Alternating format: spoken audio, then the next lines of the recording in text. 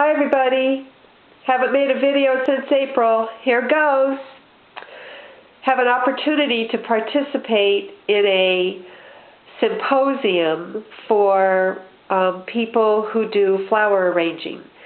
So I need to come up with about 30 pieces of pottery that I'm calling flower arranging vessels, I guess, because I've been told the wackier they are, the better. And I've also been told that they need to be a very matte, neutral glaze.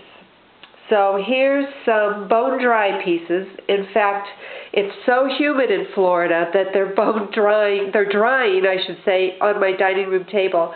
Otherwise, it just doesn't happen. So quickly, one of the categories is you can have two pieces that are similar but tall and short, and you can work your flowers into that kind of arranging.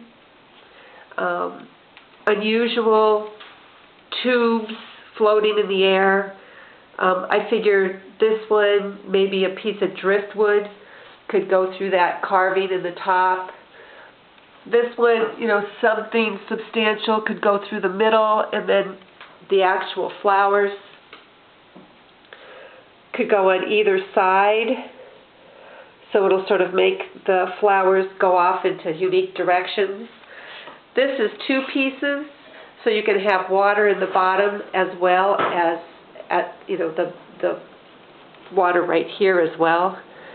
So they can have things coming in and out of those holes. The holes only go like, in a circular way up to the top.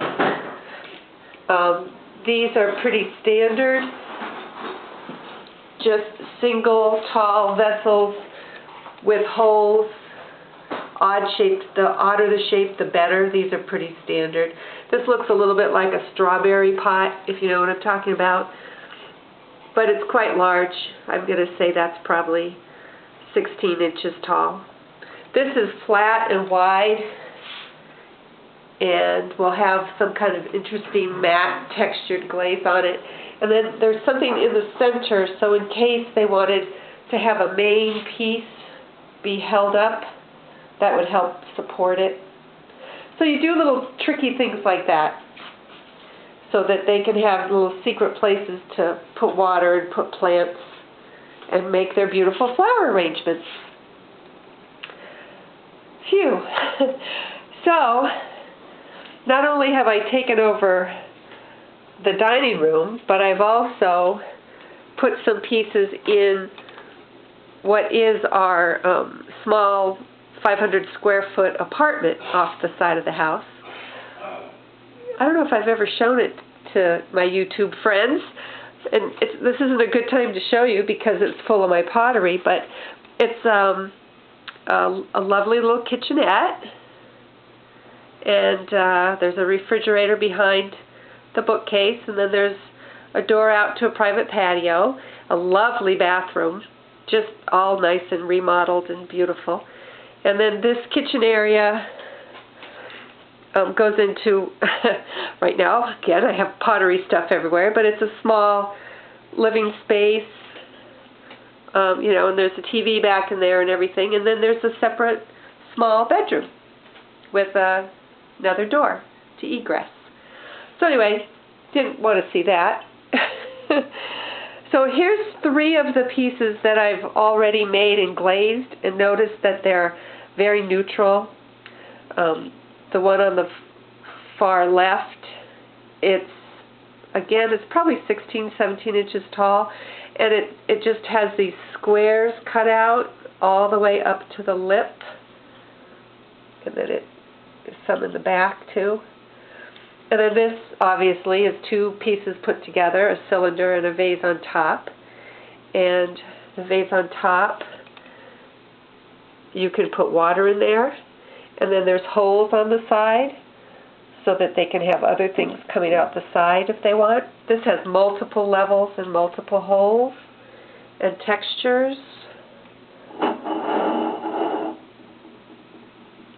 So you could put something in the bottom, and you could put something here because there's another floor and another floor. This one is waxy white over medium cork on brown clay, and that's matte black on white clay. And this is just waxy white all by itself on brown clay. Nice and neutral. A couple of hand-built things. I'm not sure if they're going to go over very well or not, but they were fun to make, just to sort of get some ideas and practice doing some funky things. Who knows, this might be the most popular piece in the whole show. And I've come up with what I think are going to be my standard colors for next year at Nokomis Groves. This golden color is a little teeny bit of iron red on the rim, and then one good dip into Albany slip, and it's on waxy white. It's on Little Loafer's white clay. Okay, I'm in a room with unnatural light, so it's really pretty in person. And then I'm going to do poppies, of course. Again, I'm just getting wares ready because the store opens in November.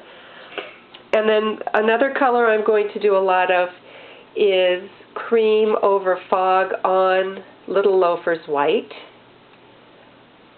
And then I'm going to have a blue. This is the only one I have made. And this is a little teeny bit of iron red, then Mediterranean mist, and then a little bit of cream. Or maybe I did med mist, iron red, and cream. I'll have to check my book. But the iron red was really just maybe, no more than like a half an inch, and then the cream was maybe no more than an inch and a half.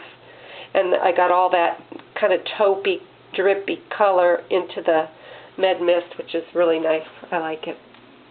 And the inside is just med mist. Terrible lighting. I'll do a better video another time. It's hot in this apartment. And then I have a few pieces that are in the same spring green over chino that I did last year. So I think these are my colors for the 2013-2014 season at Nokomis Groves. And I need to do probably another 20 interesting, different-looking vases for the symposium. And I need to get all my stuff out of this apartment because people are going to start to want to come to the apartment because it's going to be winter and everybody wants to escape the cold. Okay. The bathroom is real cute. It's really lovely. Oops, there I am. And a really pretty shower. It's hard to tell, but it's pretty. It's nice tile.